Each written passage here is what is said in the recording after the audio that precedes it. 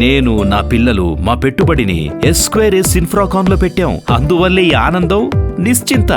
నువ్వు కూడా ఆలోచించుకో. ఎస్2ఎస్ ఇన్ఫ్రాకాన్. మీడియా వారందరికీ నమస్కారం అండి. ఇక్కడికి వచ్చినటువంటి సార్ మీకు భయం వస్తుంది, అలా సీరియస్గా చూడకండి అన్న. స్టేజ్ మీద ఉన్న పెద్దలందరికీ కూడా నమస్కారం అండి. మైకే అందరికీ నమస్కారం. మర్చిపోతాను సార్. నాకు ఈ సినిమాలో అవకాశం ఇచ్చిన మా డైరెక్టర్ అండ్ ప్రొడ్యూసర్ గారు వరప్రసాద్ సార్కి thank you very much sir.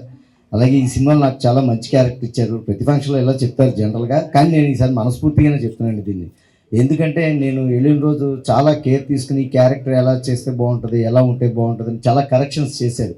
Hair style మారుదామా, గెడ్డ ఉంచుదామా తీసేద్దామా, మేసం ఉంచుదామా తీసేద్దామా, అసలు ఈ ఉంచుదామా తీసేద్దామా, ఇలా చాలా రకాలుగా ఆలోచించి చివరిగా నాకు అవకాశం ఇచ్చారు. అమ్మయ్య అనుకున్నాను, థ్యాంక్స్. ఎందుకంటే ఒక పూట టైం తీసుకుని చాలా సరే ఇలా బాగుంటుందిలే, అలా క్యారెక్టర్ మీద ఫోకస్ చేసినప్పుడు ఆ క్యారెక్టర్ ఖచ్చితంగా పండుతుందండి. డైరెక్టర్ గారు ఫోకస్ చేస్తే అలాగే నాకు ఫోకస్ చేసి క్యారెక్టర్ డిజైన్ చేసి చాలా మంచి అవకాశం ఇచ్చారు.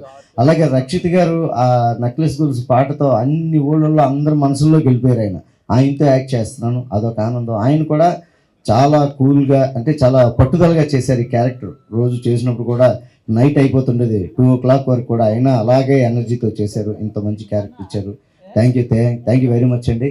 మీ మీడియా వారి సహకారంతో, ఆడియన్స్ సహకారంతో, మరి ఈ ఆపరేషన్ మీ సక్సెస్తో ఈ ఆపరేషన్ గ్రాండ్ సక్సెస్ అవ్వాలని నేను కోరుకుంటున్నాను అండి. థ్యాంక్ యూ వెరీ మచ్ అండి.